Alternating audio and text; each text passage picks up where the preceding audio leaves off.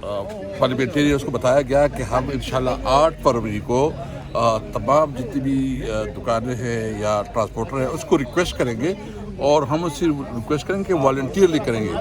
ہم جو ہے نا کسی طور پر جو ہے نا وہ نہیں ہوگا، تشدد نہیں ہوگا، پرامن ایونٹ ہوگا. اور تمام جتنی بھی پاکستانی ہم سے ریکویسٹ کرتے ہیں کہ 8 فروری کو آپ کے ووٹ پہ ڈاکہ ڈالا گیا ہے، جمہوریت کی نفی کی گئی ہے. اور یہ صرف عمران خان کے لیے نہیں بلکہ آپ سب لوگ اپنے لیے نکلے، کیونکہ اگر 8 فروری کا اس طرح چلتا رہا تو جمہوریت ختم ہے، پھر ووٹ کی عزت ختم ہے، ووٹ کی حیثیت نہیں ہے. اس لیے اگر آپ لوگوں نے نکلنا ہے اور 8 فروری کو اپنے حق کے لیے کہ ہم پاکستان میں جمہوریت چاہتے ہیں، قانون کی حکمرانی چاہتے ہیں اور سول سپریمیسی چاہتے ہیں. سر آج میڈیا کا داخلہ کیوں بند کیا گیا کے پی ہاؤس میں؟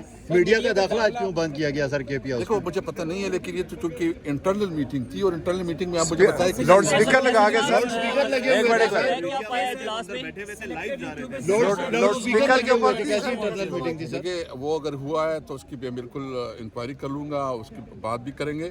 لیکن چونکہ یہ اس قسم کی میٹنگ تھی کہ اس میں آپس میں ڈسکشن ہو رہی تھی. سر اس کی آواز وہ میریٹ تک جا رہی تھی، لاؤڈ اسپیکر لگے تھے سر.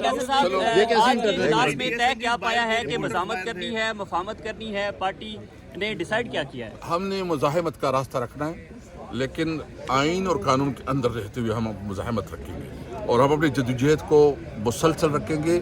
یہ 8 فروری ہمارا آغاز ہے، یہ انتہا نہیں ہے. ہم نے 8 فروری سے اس تحریک کو مزید آگے بڑھانا ہے اور آپ نے بتایا ہے بات چیت کا راستہ